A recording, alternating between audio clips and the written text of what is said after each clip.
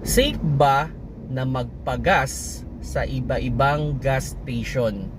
Hello mga paps, I'm Kuya Shane at may na-receive tayong question kung safe nga ba talagang maggas sa iba-ibang gas station. Well, ako personally, nung bago pa lang talaga ako nagkokotse, sa isang gas station lang talaga ako nagpapagas. Kahit malayo yun sa amin, kahit mas mahal siya, doon lang talaga ako. Pero ganito kasi yung scenario niyan mga paps, no?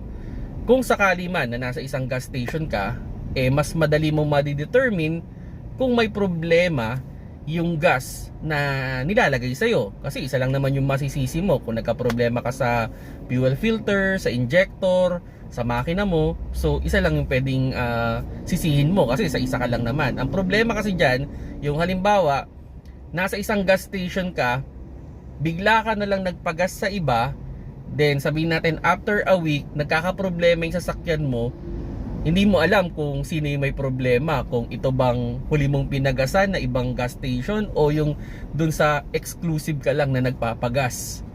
Okay? Pero ako personally, sa ngayon isang gas station lang yung hindi ko pinapagasan talaga. So kahit mas mura siya, kahit mas sabihin na nating madali naman siyang hanapin, pero ayoko kasi ang pangit na nung para sa akin hindi ko gusto yung performance ng kotse ko. So hindi ko gusto yung power na binibigay niya sa kotse ko.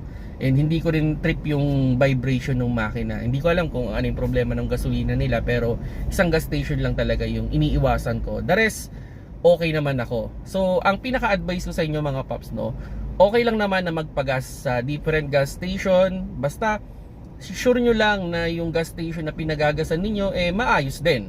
Like for example, hindi siya binabaha kasi hindi natin alam, baka malay natin yung tubig na binahado sa area na yun pumasok doon sa tangke nila. Then pangalawa, sana yung malinis yung gas station kasi syempre kung na-maintain nila yung sa labas, pwedeng na-maintain din naman nila yung mismong nasa loob, yung mga filter niyan o yung mga tangke niyan. So piliin nyo na lang. Then yun, check nyo na rin yung performance ng kotse ninyo. Saan ba nagiging maganda yung performance ng kotse ninyo? Like maganda yung acceleration, yung vibration, yung fuel efficiency.